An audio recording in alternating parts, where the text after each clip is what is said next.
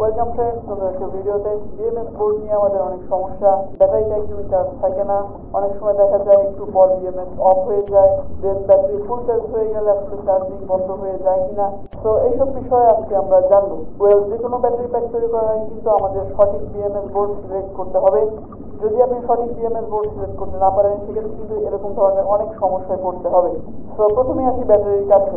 যদি আপনি অনেকগুলো ব্যাটারি ব্যবহার করে একটা ব্যাটারি প্যাক তৈরি করেন বা অনেক পুরানো সেল দিয়ে আসলে ব্যাটারি প্যাক তৈরি করার চেষ্টা করেন, সেক্ষেত্রে কিন্তু ব্যাটারিগুলো অবশ্যই ফুল চার্জ করে নেবেন একবার বিএমএস বোর্ডের সাথে কানেকশন করার আগে।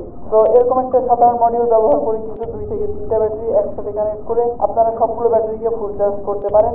যদিও এগুলো করতে একটু বেশি সময় লাগবে, কিন্তু তারপরেও আপনার বিএমএসটা আসলে খুব ভালো মতো কাজ করবে যদি আপনি একবার ফুল চার্জ করে নেন। এবং সবগুলো ব্যাটারি যখন ফুল চার্জ করা হয়ে যাবে, তারপর আপনি সবগুলো সিরিজে কানেক্ট করে দেন বিএমএস বোর্ডের সাথে কানেক্ট করবেন। এবার আসি মেইন বিষয়ে, যেটা হলো বিএমএস বোর্ড নিয়ে। তো বিএমএস বোর্ড সাধারণত 2 ধরনের হয়ে থাকে। একটি হলো ইনহ্যান্সড বিএমএস বোর্ড এবং আরেকটি হলো ব্যালেন্সড বিএমএস বোর্ড।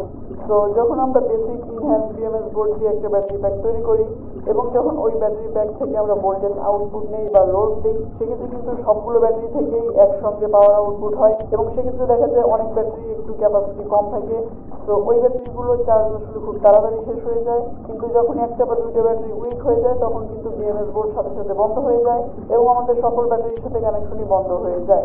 অন্যদিকে যখন আমরা আসলে এই ধরনের বেসিক বিএমএস বোর্ড দিয়ে ব্যাটারি চার্জ করি, তখন দেখা যায় অনেক ব্যাটারি কিন্তু খুব তাড়াতাড়ি চার্জ হয়ে যায় এবং অনেক ব্যাটারি চার্জ হতে কিন্তু কিছুটা সময় লাগে। তো যে ব্যাটারি আসলে খুব তাড়াতাড়ি চার্জ হয়ে যায়, ওই ব্যাটারিটা পরে আসলে ওভার চার্জ হতে থাকে। এর ফলে আসলে ওই ব্যাটারি হেলথ এবং লাইফ দুটি খুব কমে যায়। অন্যদিকে ব্যালেন্স বিএমএস এ কিন্তু এরকম ধরনের কোনো সমস্যা হয় না।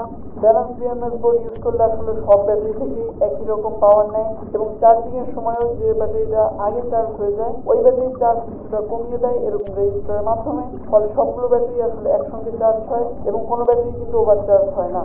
তো ব্যালেন্স বিএমএস বোর্ড চেনার খুবই ইজি একটা উপায় আছে এবং সেটা হলো এই ধরনের রেজিস্টার চেক করা। তো এরকম দেখতে পাচ্ছেন আমার হাতে 2টা বিএমএস বোর্ড আছে। একটা বিএমএস বোর্ডে কিন্তু রেজিস্টার আছে এবং আরেকটা বিএমএস বোর্ডে কিন্তু রেজিস্টার নেই। তো যে বিএমএস বোর্ডে আসলে রেজিস্টার নেই, ওই বিএমএস বোর্ড কিন্তু বেসিক বিএমএস বোর্ড এবং যে বিএমএস বোর্ডে আসলে রেজিস্টার আছে, ওইটা ব্যালেন্স বিএমএস বোর্ড। তো আপনারা যখন বিএমএস বোর্ড কিনবেন, অবশ্যই খেয়াল রাখবেন আপনাদের বিএমএস বোর্ডে যেন রেজিস্টার থাকে।